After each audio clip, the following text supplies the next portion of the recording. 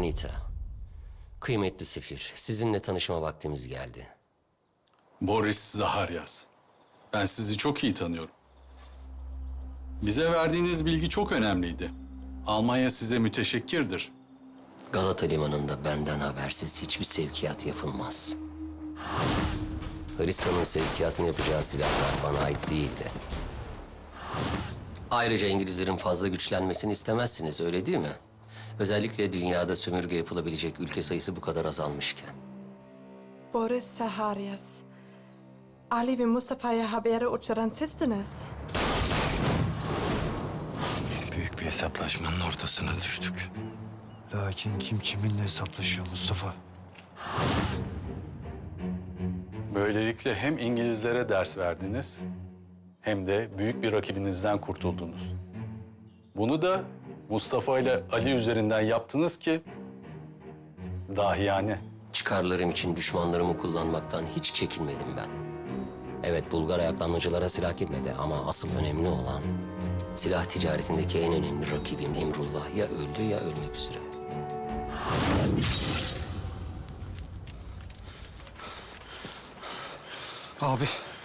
Abi herif kaçtı.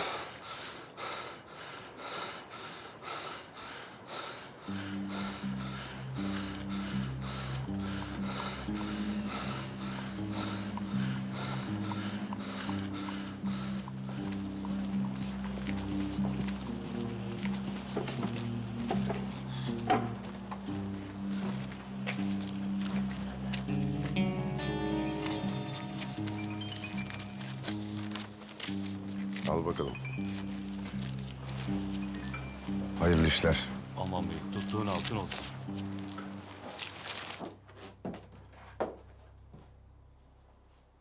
...25 milyonu hak ettiniz gerçekten. Bir gece evimde sizi misafir etmek isterim kıymetli Sefir. Şimdi yapacak işlerim var.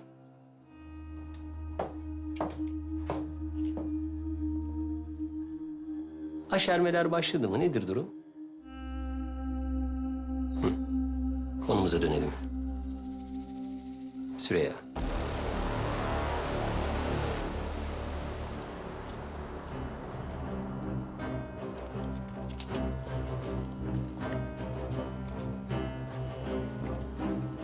Bu ne şimdi? Hayda. Bu kadın o.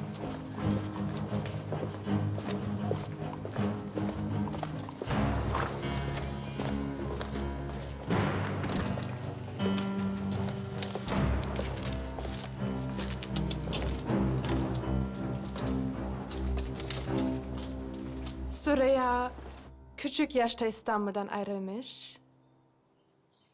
İyi eğitimli. Anita. Hiçbir şey Boris Efendi. Elimizde hiçbir şey yok. Güzelliğinin namı ondan önce gelirmiş. Doğu Hindistan şirketinin en büyük ortaklarından birisiyle evlenmiş. Kocası 2 sene önce ölmüş ve o İstanbul'a dönmüş. Koskoca Alman istihbaratı hiçbir şey öğrenememiş demek. Mayer? Maya da öyle. Sadece Süreyya'nın sahip olduğu mal varlığının kendi servetine yakın olduğunu söyledi. Herkesin zayıf bir yönü mutlaka vardır. Bakın böyle müsaade olmadan paldır küldür giremezsiniz. Bir durun. Süreyya Hanım. Durduramadım. Neler oluyor burada?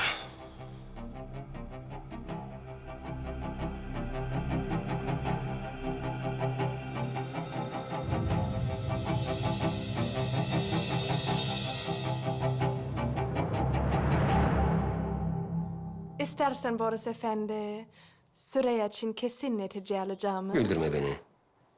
Beceriksizliğiniz yüzünden o tren çoktan kaçtı. Unuttun mu? Ben zindandan yeni çıktım. Bütün şüpheler üzerimdeyken Süreyya'yı öldürmek gibi bir aptallığı asla yapmam. Boris Zaharyas, içeri geçirdiğiniz zaman sizi biraz yumuşatmış.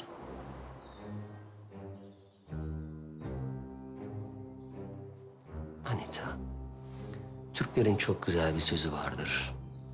Asla geri gelmeyecek 4 şey nedir, bilir misin?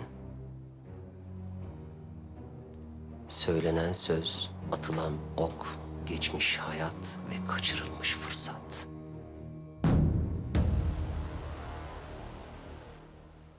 Zekanıza olan hayranlığım günden güne artıyor. Süreyya Hanım, bir daha sormayacağım. Bala Hatun'u arıyorsunuz ama onu sadece siz değil, Boris ve ben de arıyoruz. Neden?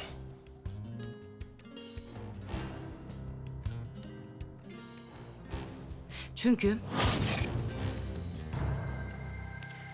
Bugün yanıma Bala Hatun denilen bir tane kadın geldi. Ne? Bana her şeyi anlattı. Nerede o kadın? Boris, ben senin kim olduğunu biliyorum.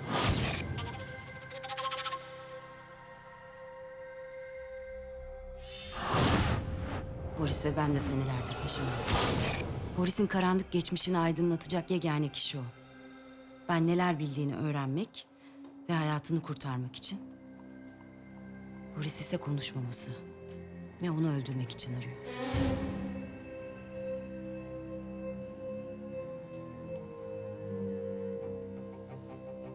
Bu kadın. Bu kadın kim? O Naide. Yıllar önce mahalleye yerleştirdiğim bir kadın. Bala Hatun'u kim ararsa gelip bana haber veriyor. Siz dışarıda bekleyin.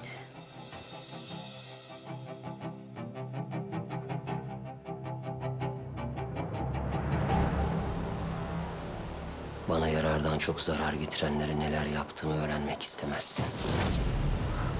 Sakın.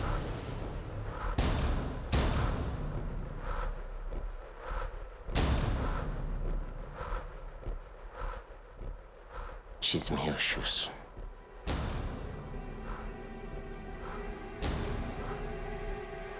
Çocuğunun da yaşamaya hakkı var.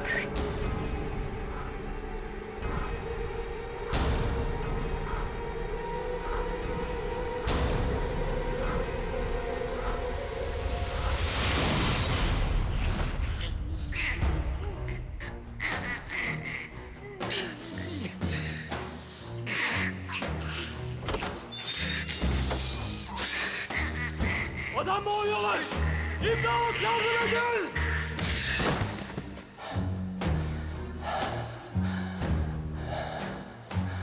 Yaptıklarının bedelini ödeyeceğini söylemiştim.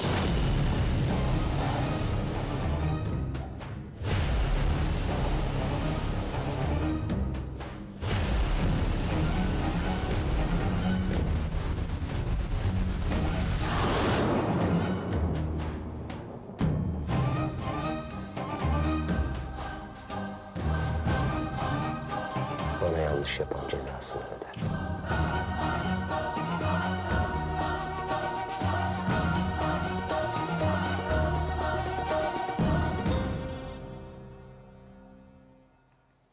Ne paramız ne de gücümüz onu bulmaya yetmedi. Çok garip. Siz de onu arıyorsunuz.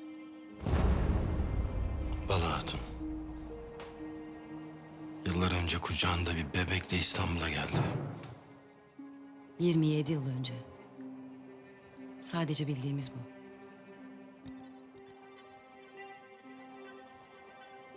O bebek... O bebek sensin. Çok enteresan. Boris ve senin hayatın bir şekilde kesişiyor. Şu Bala Hatun'u bulalım, onu da öğreneceğiz. Benim ve Boris'in ne gücü ne parası onu bulmaya yetmezken. Siz bulacaksınız. Kolay olana kadar her şey zordur Süreyya Hanım. Sizin paranızla aralayamadığınız kapıyı biz omuzumuzla yıkar geçeriz. Haklısınız Bıçak Ali. Bunu birçok kez kanıtladınız zaten.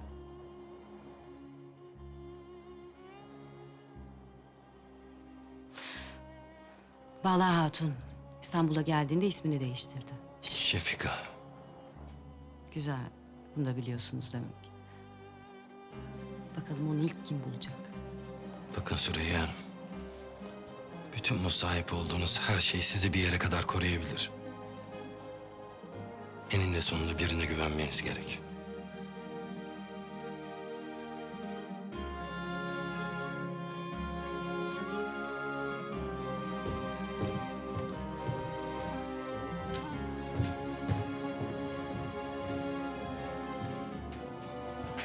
Bugün değil Filinta Mustafa.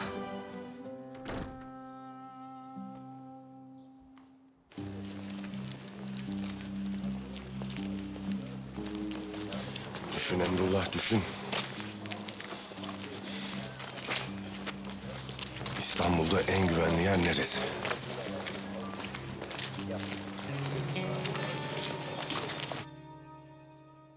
Lara, son zamanlarda ne kadar değiştin farkında değil misin? Nerede benim melek kalpli kızım? Hı? Nerede benim karıncaları dahi incitmeyen güzel yürekli? Ben aynıyım.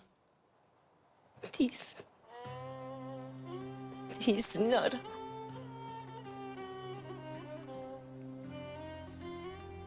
Ona biraz da ben sebep oldum.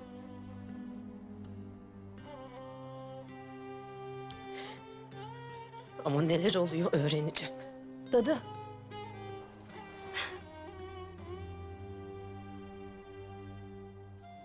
Sen bana annelik hissini tattırdın.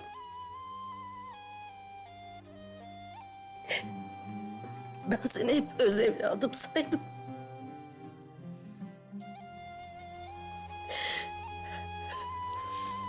Dadı.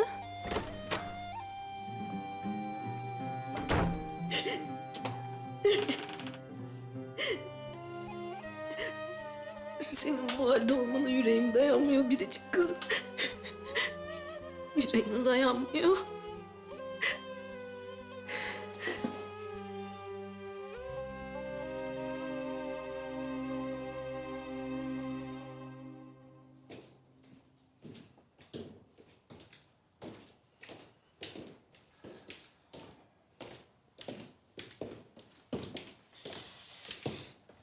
Sadrazam Hazretleri, sultanımız bugün bankanın kimin tarafından kurulacağını açıklayacak, öyle değil mi?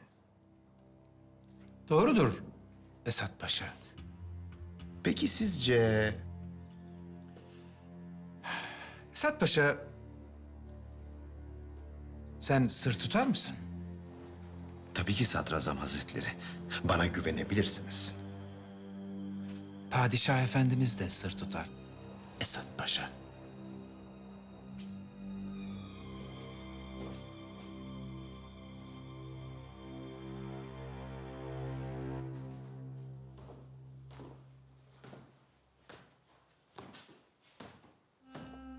O güne dair ne gördüğünü sanıyorsan yanılıyorsun Süreyya. Benim karım, sevgili karım, tam da burada vefat etmişti. Hatırlıyor musun? Birlikte bulmuştuk onu. Bazen şöyle düşünüyorum Süreyya. İnsanlar beni bir dinlese hem daha mutlu hem daha uzun yaşayacaklar. Kızımı sakat bıraktığı yetmiyormuş gibi bir de hırsız gibi evime girmiş. Bir daha asla bu adam kızıma yaklaşmayacak. Aksi halde gözünün yaşına bakma. Ay Lara.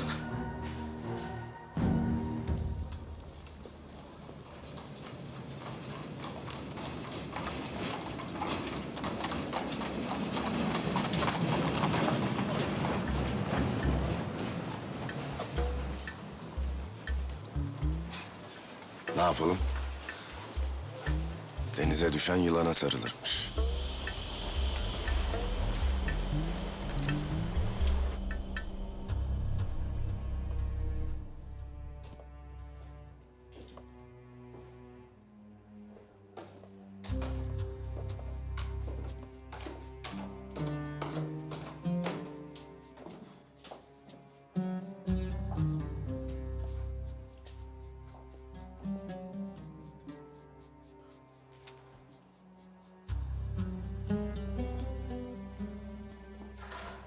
da ne böyle? İlaç bunlar. Bunların Lara ile kesin bir ilgisi var.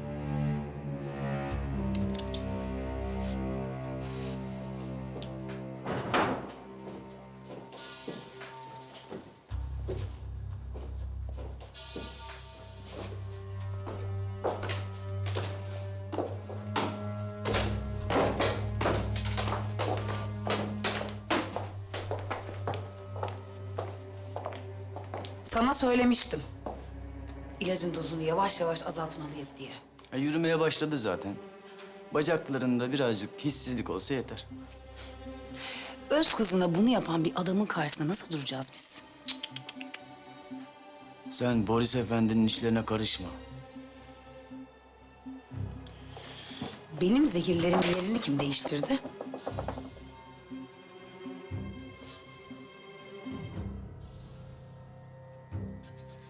Burayı senden başka kullanan yok. Aklım karıştı herhalde. Al. Hadi şimdi hücrene. Merak etme. Yakında cezan da oluyor. Tahliye oluyorsun Azize.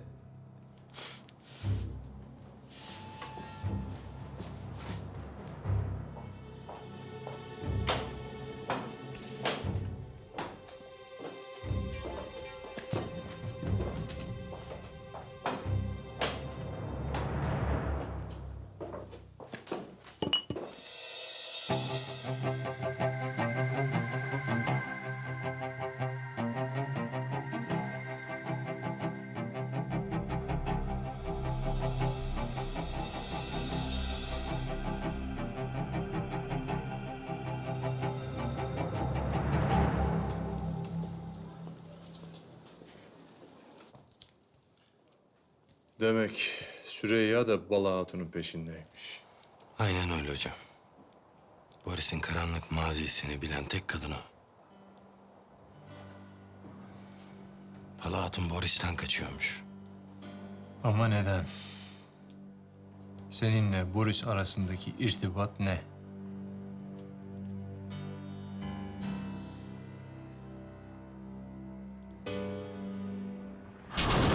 Bence Mustafa'm Bala Hatun'un İstanbul'a getirdiği çocuk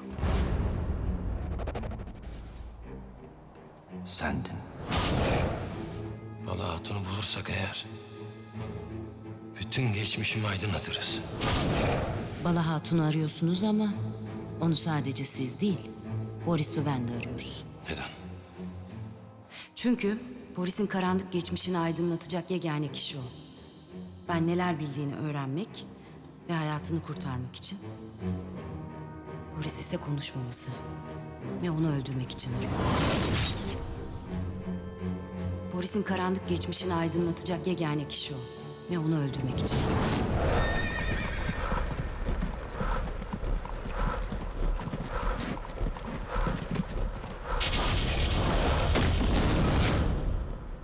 Bala Hatun, kaç kere dedim bu ite böyle davranmayacaksınız diye.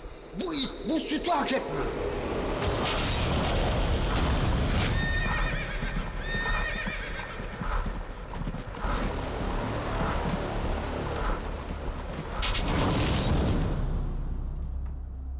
Alın şunu. İki defa çiftlikten kaçmaya çalıştın. Bırak gideyim. Adamımı öldürürsün ha? Seni zincire vurduk. Yine de yapacağını yaptın. Bırak gideyim. Yıllardır bana yaptığın yetmedi mi? Gidince ne yapacaksın? Bizi rezil edeceksin. Senin hayatın burada başladı. Burada sona erecek. Benden ne istiyorsun?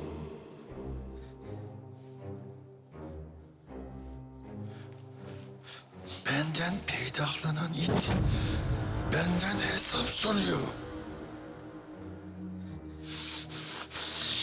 Adamımı öldürürsün ha? Adamımı öldürürsün ha?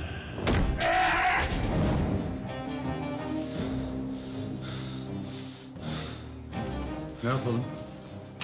İyi bir ders verin. Bir daha böyle bir şeye yeltenmesin. Ama canını almayın. Ne de olsa benim kanımdı.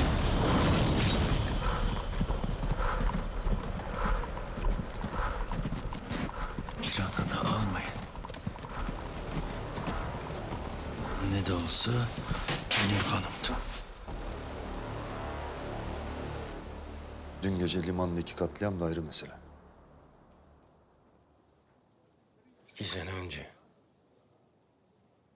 barut kaçakçılığından tutuklamıştım Hristiyan adamlarını. Bu silah kaçakçısı Hriston.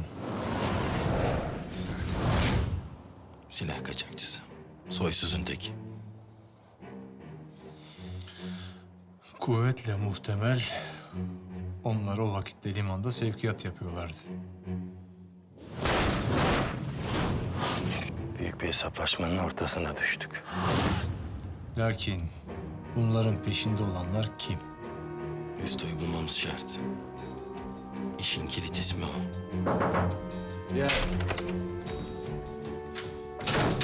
Amirim.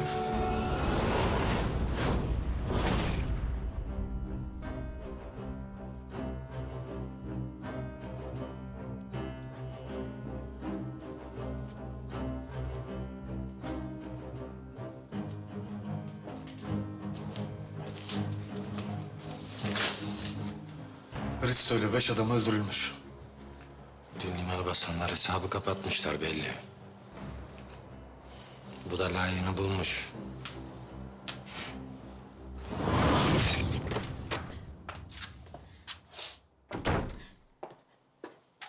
Lara, sana çok mühim bir şey söylemem lazım. Dadı sana ne oldu? Sana verilen ilaçları...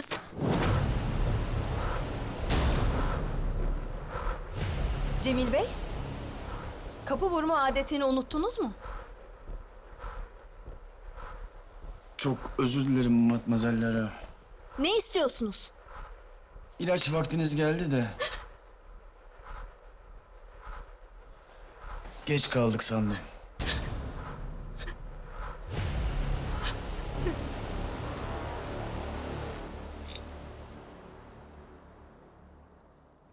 Burada yaptığın şeyler hakikaten takdire şayan.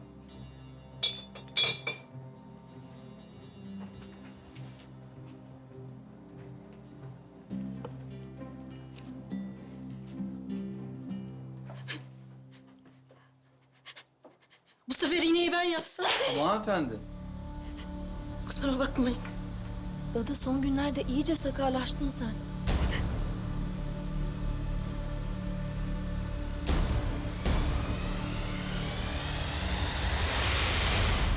Ne o? Kardeşine merhaba demeyecek misin? Merhaba.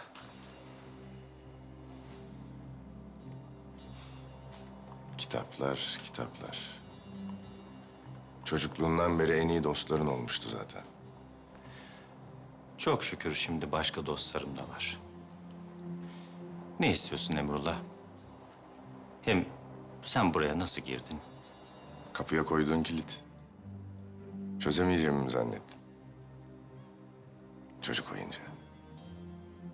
Bazıları için. Buraya neden geldiğime gelince Abdullah. Azrail nefesini enseme üflüyor.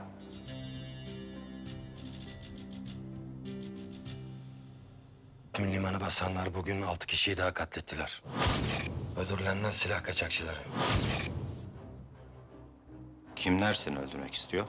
Balkanlara, Bulgaristan'daki eşkıyalara ve komitacılara mühimmat sağlamaktalarmış. Yaptığım işte çok düşman kazanırsın. Yaptığım işin yan etkisi. Bir silah kaçakçısının evi daha basılmış. Emrullah, Abdullah'ın kardeşi. Tüm muhafızları öldürülmüş. Kendisinin kaçtığı kanaatindeyiz. Senin gibi ölüm satan bir taciri korkuttuklarına göre çaresiz olmalısın. Buraya geldiğine göre daha da çaresiz.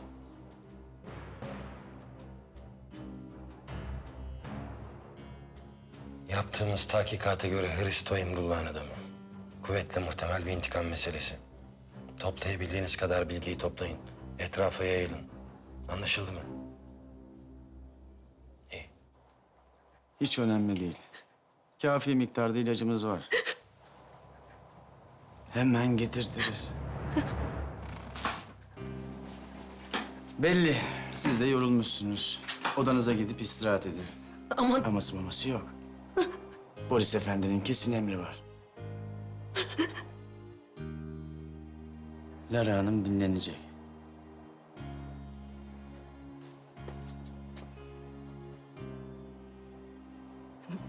Ben daha sonra uğrayacağım. Dadı, Efendim kızım. sen iyi misin? Ben... İyiyim.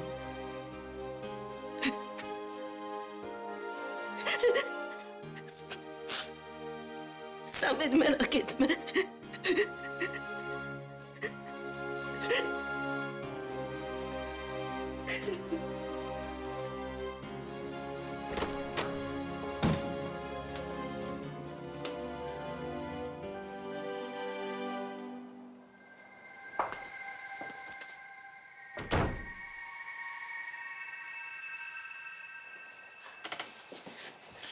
Çok çabuk iyileşiyor maşallah.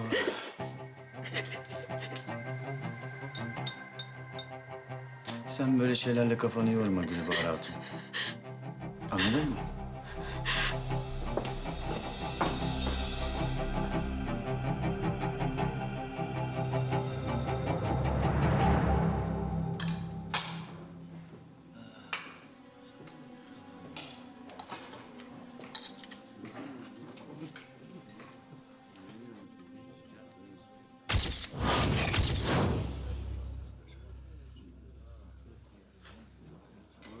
Her yanımda birer muhafız.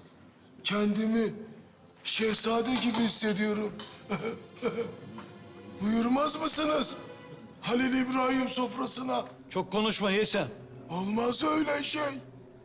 Göz hakkı denen bir şey var. Her daim gözünüz üzerimde. Emir büyük yerden. Başına bir şey gelmesin diye. Keyfimizden durmuyoruz. Doğru, doğru.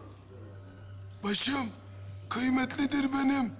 İstanbul'da kafası tutukluk yapmadan tek çalışan eşkıyayım. Davan hala devam ediyor. Hasmında çok. Maşallah de, maşallah de. Nazardan ikiye mi çatlatacaksın beni? Benim yesim de yok. Buranın havası da ciğerimi soldurdu.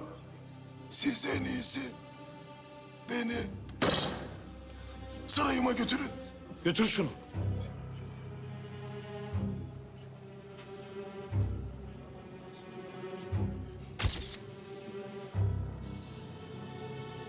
Bu kadar gül cemali bir arada görünce iştah getire.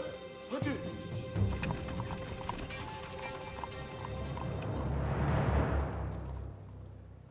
Bekri hapishanede özel olarak korunuyor. Şu anda ona bir şey yapmak çok zor. Dertlerimizin en küçüğü o zaten. Mahkemede aleyhime şahitlik yapamadı. Bir daha yapsa da kimse inanmaz. Diğer mesele. Süreyya Hanım'ın evi çok iyi korunuyor. Dışarı çıktığında ise en az bir düzine muhafıza dolaşıyor. Evet. İşte acı tecrübelerinden ders çıkarmayı bilmiş akıllı bir kadın.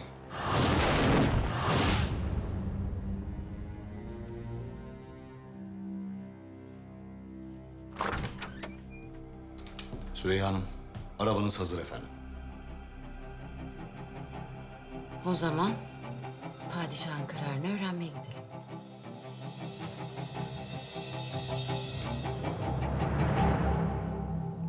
Süreyya hakkında yürüttüğümüz tahkikatta herhangi bir şeye varamadık. Nasıl oluyor Esat Paşa? Koskoca daire nazırlığı elinizin altında ama siz bana hiçbir şey bulamadık diyebiliyorsunuz. Boris Efendi, inanın bana bir şey olsaydı mutlaka bulurduk. Hiç kimse bu kadar temiz değildir. Vakit geldi. Padişah birazdan banka hakkındaki kararını açıklayacak. Ve siz bunu da bilmiyorsunuz.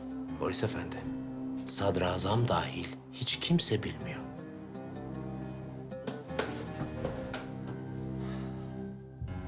Evet.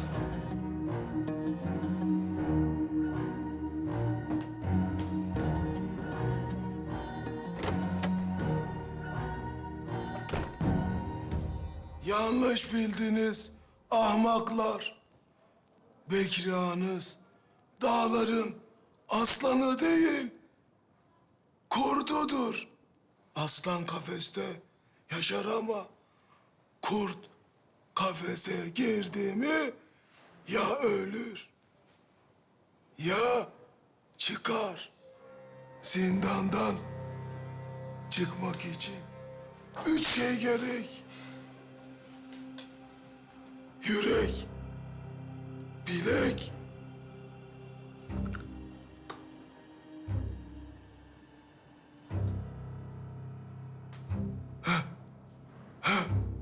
bir de çorba kaşığı.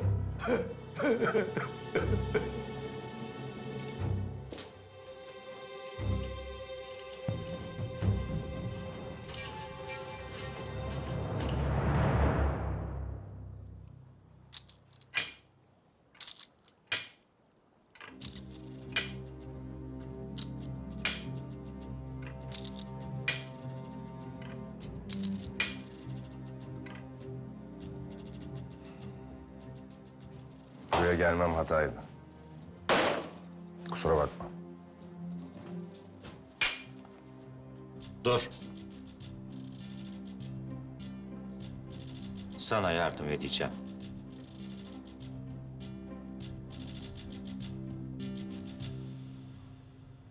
Abdullah canımızdır, kardeşimizdir.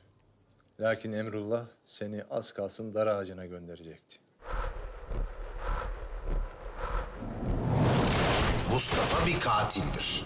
Mustafa'nın silahı. Eşi benzeri yok değil mi? Birisi bu silahın aynını yapmış ve bir suikaste kullanılmış. Bu silahı sen mi yaptın? Evet. Bunu yapmamın eski cephaneci başı Salih istedi. Kendisiyle eskiden beri iş yaparım. Hristo, Emrullah'ın pis işlerini yapıyordu. Birileri de onların işlerini bitiriyor tabii. Ama kim? Rakiplerim hocam. Bir silah kaçakçısı ölürse ondan en çok kim kâr sağlar? Diğer bir silah kaçakçısı tabii. Aferin. Size dün İngiliz ajanlarının haberini uçuranlar kuvvetle muhtemel o vakitte limanda bir sevkiyat yapılacağını biliyorlardı. Galata Limanı'nda benden habersiz hiçbir sevkiyat yapılmaz. Bizi oraya çektiler. Böylece İngilizlerin sevkiyatını durduracaktık. Aynı zamanda da Hristo'yu yakalayacaktık. Ama bizden önce davrandılar. Büyük bir hesaplaşmanın ortasına düştük.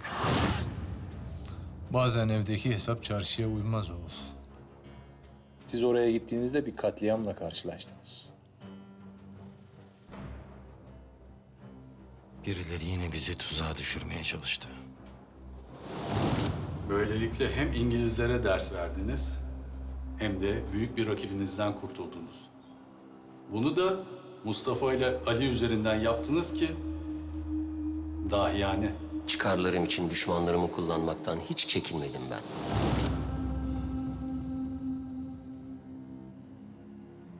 Bu Emrullah. Onu nasıl bulacağız hocam? Sen Emrullah olsan ne yapardın? Vallahi ben böyle birilerinden kaçsam İstanbul'daki en güvenli yere giderdim. Âlâ.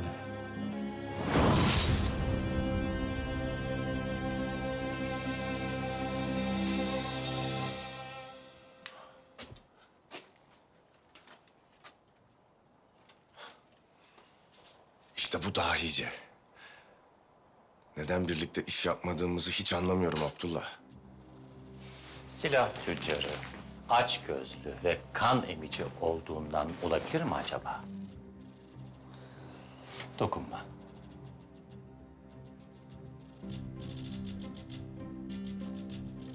Mermi izlerini görüyor musun?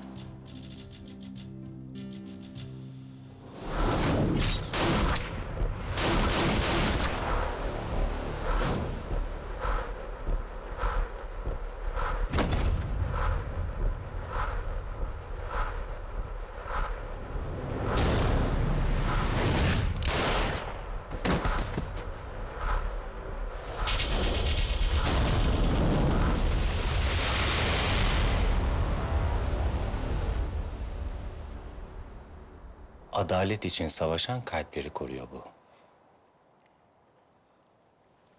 Ama bunu senin gibi vicdansızlar asla anlayamaz.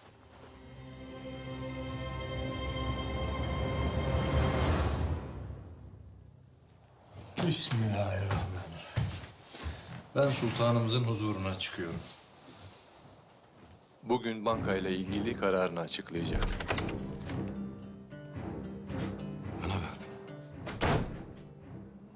Bu Emrullah'ı takip ettirenler de bizimle aynı şeyi düşünürlerse ne olacak? Abdullah'ı bulabilirler mi ki? Yürü Ali.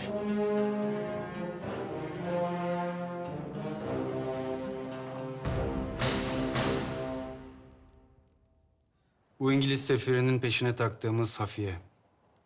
Hiçbir ses yok değil mi? Maalesef hafiyemizin akıbeti meçhul. Nerede olduğuna dair herhangi bir malumatımız yok sultanım. Osmanlı istihbaratının peşinize taktığı ajan.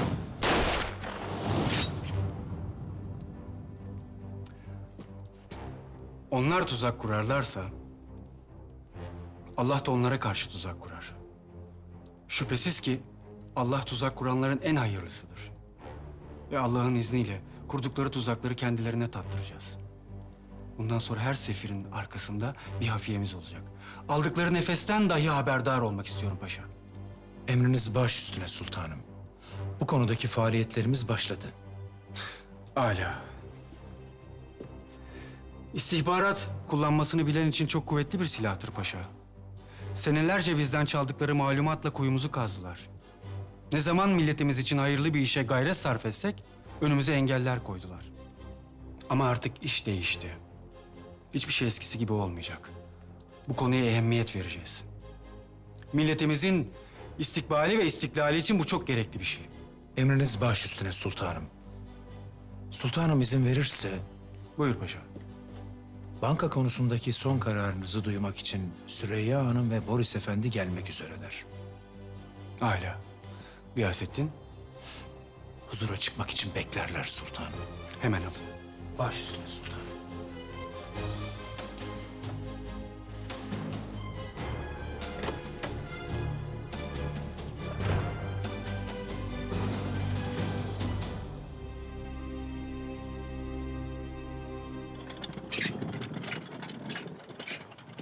Bak şimdi Çeyrek. Liman dediğin yer çok dikkat edilmesi gereken bir yer. İstihbarat burada. Para da burada. Nerede Zeyrek? Yani ticaret burada yapılıyor. Para burada diyorum ya. Oo. Şş. Yardımcı olalım. Halka hizmet, hakka hizmettir Çeyrek. Çok iyi düşündün canım kardeşim. Ben o zaman dayıya bir ses edeyim de beklesin bizi. Dayı! Dayı bekle, yettik. Yok, Sabit ağa, kabında kalacağız. Ne yapıyorsun ağalar? Tamam ağalar, tamam. Aferin ağalar. Aslında kalkıyorsun yükselecek. Ben niye tutmuyorsun? Oğlum ben tutuyorum, sen bırakınca elimden kaydı ya. Ya. Zabit ağalar. Hamallık zor zanaat. Denge gerekir. Güç gerekir.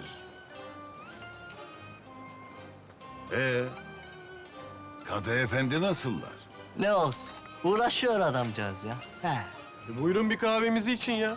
Yo, görev başında içmeyiz. He, löp löp götürmeyi biliyorsun ama. La Zerek, sen benimle niye uğraşıyorsun oğlum? Sen bir çekil bak. Hamdi ya, sen buralarda hiç bugünlerde intikam diye dolaşan birini gördün mü? Ne? İntikam. Vallahi limanda kimse intikam diye bağırmıyor. Hadi böyle soruya böyle cevap. Ağzınıza sağlık efendim. Çeyrek! Hadi biz vazifemize dönelim. Evet. Kolay gelsin amca. Kolay gelsin. Kolay gelsin.